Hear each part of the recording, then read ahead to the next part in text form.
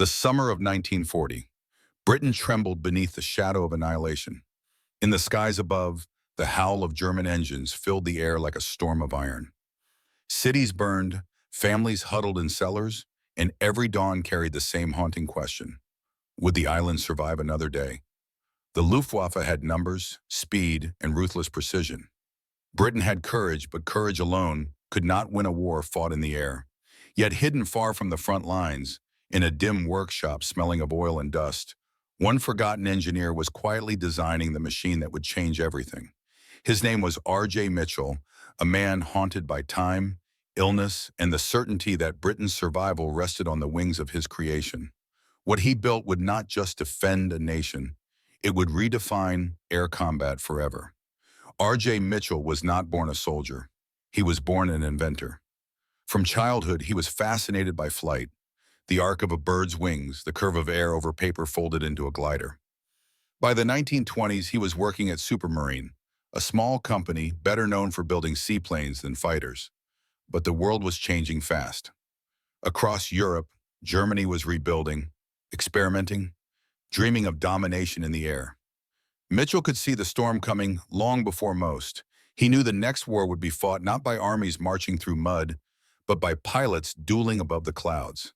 And he also knew that Britain's old, sluggish biplanes, those proud relics of the First World War, would stand no chance. So while others built to government orders, Mitchell began designing what he believed could save his country. A fighter faster, lighter, deadlier than anything the world had seen. But in 1931, Britain wasn't listening. The government's air ministry dismissed his ideas as too ambitious.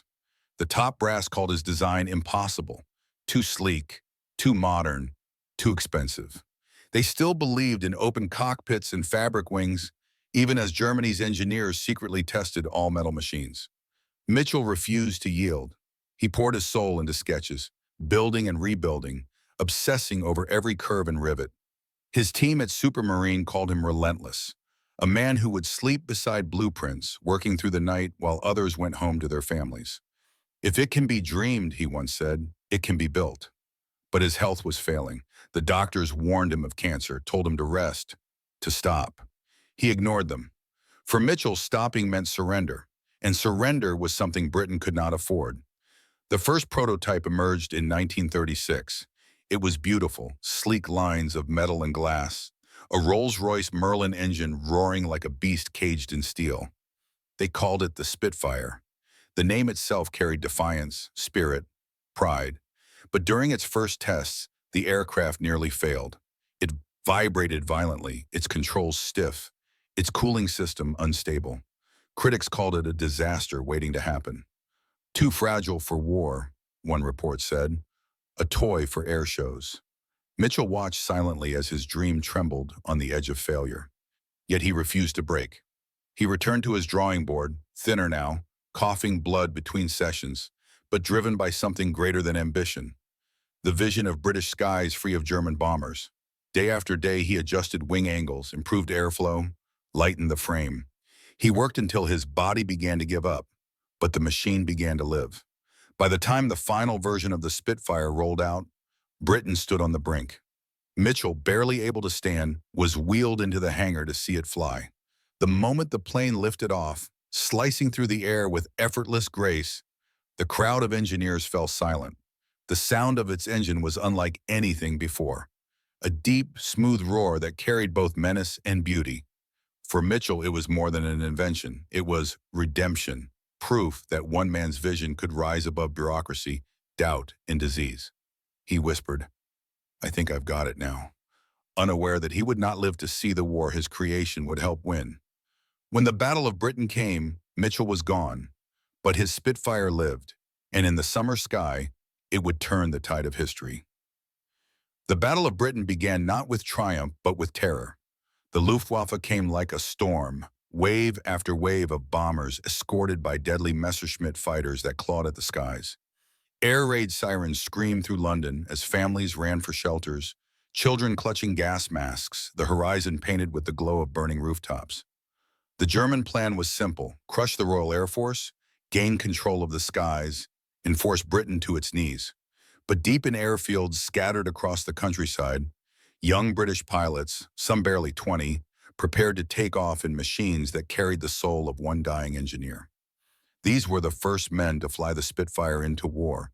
They had little rest, less fuel, and almost no margin for error. Yet when those elliptical wings cut through the clouds, something miraculous happened. The Spitfire moved like no plane before it, agile, fluid, almost alive. Pilots described it as if it were part of them. The controls responded with precision, the engine's growl harmonizing with the heartbeat of the man who flew it. In combat, the Spitfire could climb faster, turn tighter, and dive sharper than the German Messerschmitt Bf-10-9s. Dogfights erupted in bursts of thunder and smoke, white contrails twisting like ghosts above English fields. To the men who fought, survival depended on instinct, reflex, and faith in the machine beneath them. When you flew the Spitfire, one pilot later said, you didn't feel like you were flying a plane. You felt like you were wearing it. Still, every victory carried a price. Pilots vanished in seconds, their names marked only by smoke trails disappearing into the clouds. But the Spitfire endured, soaring again and again, its presence turning despair into hope. Back at Supermarine's factory in Southampton, Mitchell's team worked night and day repairing damaged aircraft and building new ones. Air raids targeted the factory, flattening hangars and killing workers, yet production never stopped. Mechanics labored under candlelight, surrounded by shattered glass and the distant rumble of bombs. Every completed fuselage felt like defiance. Every bolt tightened a message to Hitler. Britain would not bow. Mitchell's assistant, Joe Smith, now led the work, following his mentor's blueprints as if preserving sacred scripture. Though Mitchell was gone, his obsession lived on in every hand that touched the metal. The engineers knew they weren't just making planes, they were building survival itself. Meanwhile, the Spitfire became more than a weapon, it became a symbol. To civilians watching from fields and rooftops, the sight of its curved wings shining in sunlight meant protection, resistance, life. The BBC broadcast the voices of RAF pilots who spoke with exhaustion but unbroken spirit. Never in the field of human conflict, said Winston Churchill, was so much owed by so many to so few. Those words would echo through history, but at that moment they described a daily miracle, the miracle of holding the line. For every Spitfire that returned battered but alive, for every pilot who stumbled from the cockpit covered in sweat and oil, Britain survived one more day. In the air, battles raged with terrifying intimacy. Machine guns rattled like thunderclaps, tracer rounds drawing fiery lines between clouds. Pilots saw the whites of their enemies' eyes before pulling the trigger. The smell of burning fuel mixed with the salt of sweat and fear. Radio calls turned to static as friends vanished mid-sentence. Yet through it all, the Spitfire proved itself the machine Mitchell had promised. A perfect balance of power and grace. It could take punishment and still climb, its elliptical wings shedding drag like silk in the wind. German pilots began to dread the sight of it, calling it the devil with wings. What Mitchell had built out of faith and stubbornness was now defending an entire nation. The forgotten engineer, long buried in the quiet earth, had become the silent guardian of Britain's skies. As the summer of 1940 deepened, the sky over Britain became a living battlefield. Every morning began with the low drone of engines, a sound that sent a chill through every heart on the island. By noon, the horizon would darken, not with storm clouds, but with bombers. The Luftwaffe unleashed relentless assaults on airfields, radar stations, and cities. Yet day after day, outnumbered RAF squadrons rose to meet them, streaking into the sunlight in their Spitfires and Hurricanes. It was a test of endurance, not just of steel and machines, but of human spirit. For each pilot who didn't return, another stepped forward, driven not by orders but by something deeper. A belief that the island had to endure, that freedom had to breathe. Inside those fragile cockpits, surrounded by gauges that shook with every blast of turbulence, young men fought battles that lasted mere minutes but felt like eternities. The world outside was chaos, shattered glass, twisting metal, and the searing flash of gunfire. But inside, the pilot's world narrowed to one sound, the hum of the Merlin engine. That engine, fine-tuned by the genius of Rolls-Royce engineers, roared like vengeance itself. It was Mitchell's dream made mechanical, a symphony of precision built for survival. The Spitfire could twist through the sky like liquid lightning, and when the pilot pulled hard on the stick, the plane turned so sharply it defied physics. "She flies herself," one pilot whispered. In truth, she didn't. She carried the will of her maker, the obsession of a dying man who wanted to give his nation wings. But the struggle was not only in the air. On the ground, the war bled into every life. Women worked in factories under blackout curtains, hands blistered, faces streaked with sweat. Children collected scrap metal to melt into bullets. Engineers slept beside their machines, building through the night as air raid sirens wailed above them. And when a Spitfire rolled out of the assembly line, it wasn't just a machine, it was defiance forged in aluminum. The workers often painted small messages inside the fuselage. "For England, fly safe. We believe in you." The pilots never saw them, but they felt them. Every takeoff carried those words into the sky. As German bombers pressed harder, the RAF began to crack. Resources thinned, nerves frayed, and fuel ran low. Yet just when defeat seemed inevitable, a turning point emerged. Radar, an invention dismissed by many before the war, gave Britain a hidden advantage. The moment a German formation crossed the channel, operators in dim, humming bunkers could see them coming. It was science and courage intertwined. Pilots scrambled into their Spitfires, engines screaming, propellers slicing the dawn. Within minutes, the sky over southern England was filled with twisting trails of smoke. The Luftwaffe expected panic, but what they found was precision. The Spitfire squadrons struck with surgical fury, their machine guns shredding bomber formations before the escorts could react.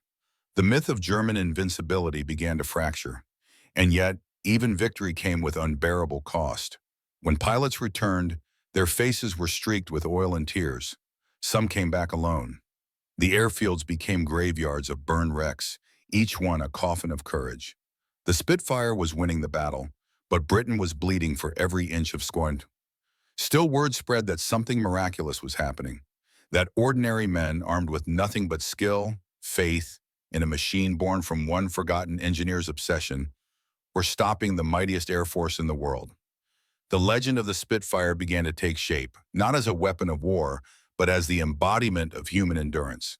Every time it soared into the sunlight, it whispered a message that echoed far beyond Britain's shores. Innovation, courage, and sacrifice could stand against tyranny itself. By August, the Battle of Britain had become a storm without end. Smoke drifted across the countryside, rising from shattered airfields and burning cities, while the night sky pulsed with the glow of distant fires. Britain stood alone, cut off from Europe, surrounded by uncertainty. Yet high above the chaos, the Spitfire danced through the smoke like a blade of light.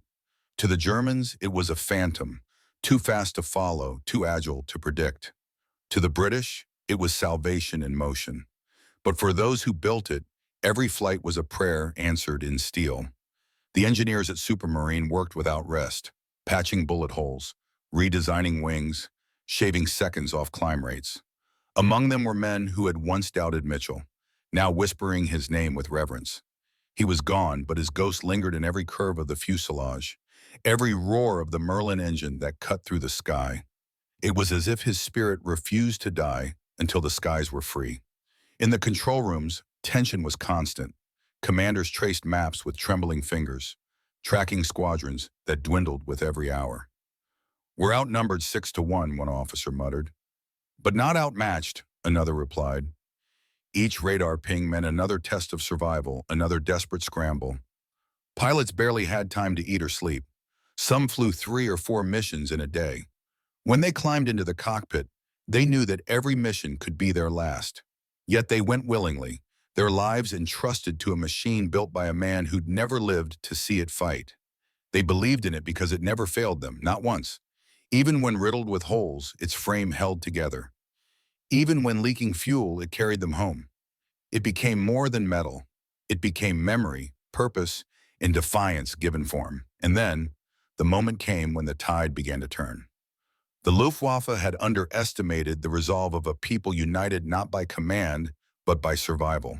The Spitfires and Hurricanes rose in perfect coordination, slicing through bomber formations before they could reach their targets. German pilots described it later as fighting ghosts. The enemy appeared from the sun, struck with deadly precision, then vanished into clouds. For every Spitfire lost, another rose to take its place. The hum of their engines became the heartbeat of a nation under siege. Civilians watched from fields and rooftops, craning their necks as contrails tangled across the heavens. Each twisting shape in the sky was life and death in motion, the very future of Britain written in smoke. But victory was not a single moment. It was 1,000 tiny miracles stitched together by willpower. Mechanics replaced engines under moonlight. Women drove supply trucks through bombed-out roads. Factory workers forged spare parts from wreckage. And every one of them believed they were part of something greater. A defiance that stretched from Mitchell's first sketch to the pilots still fighting above. When news came that the Luftwaffe had begun to retreat, there was no celebration, only exhaustion. The air smelled of fuel and ash, the hangars filled with silence where laughter once echoed. They had survived, but at a price too heavy to count. Graves lined the countryside. Empty chairs waited in homes across the island. Still, the Spitfire stood gleaming under the morning light, its wings scarred but unbroken. To the engineers who ran their hands across its battered frame, it was more than a plane. It was a promise kept. A machine born from doubt, crafted by a dying man's conviction, had saved an entire nation from falling into darkness.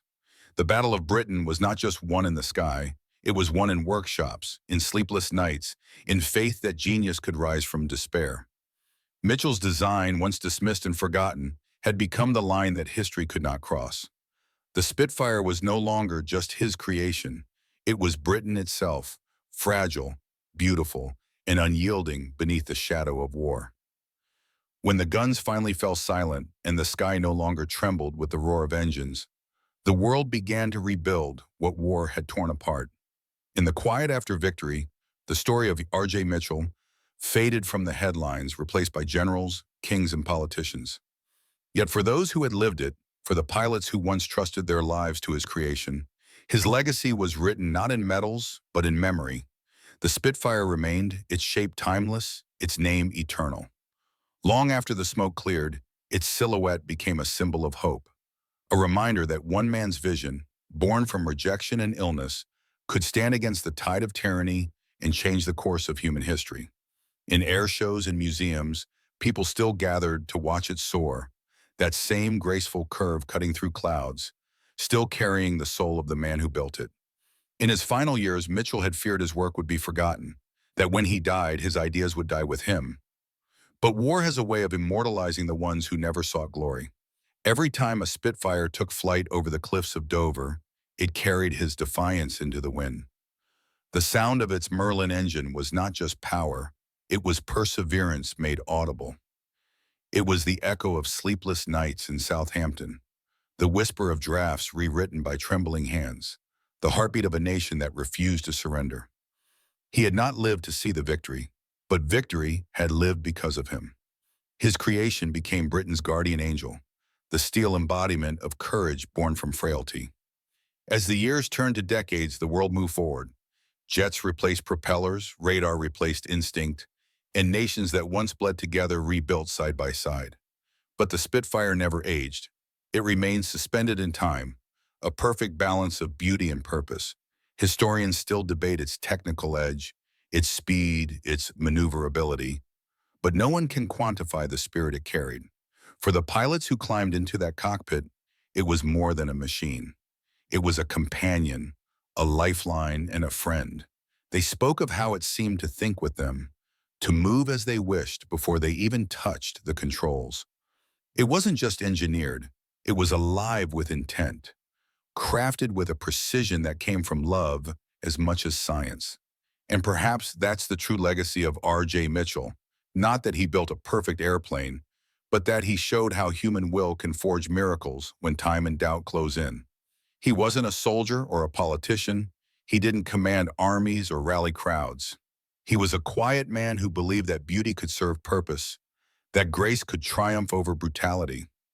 His story is proof that greatness often hides behind modesty, that courage sometimes comes not from the battlefield, but from the workshop, where hands trembling from illness still refuse to stop shaping the future. Even now, when the Spitfire takes to the air and its wings glint against the sun, people fall silent. For a moment, they feel the same awe that filled the skies in 1940. They remember a time when everything seemed lost, and how one forgotten engineer, armed only with conviction and a drawing board, gave the world a miracle. The Battle of Britain was not just a fight for territory, it was a fight for belief. Belief that one idea, no matter how rejected or overlooked, can alter the fate of nations. And that is the lesson Mitchell left behind. That innovation, born from passion and pain, can outlive its maker, turning fragility into legend and making even the smallest hands capable of saving the world.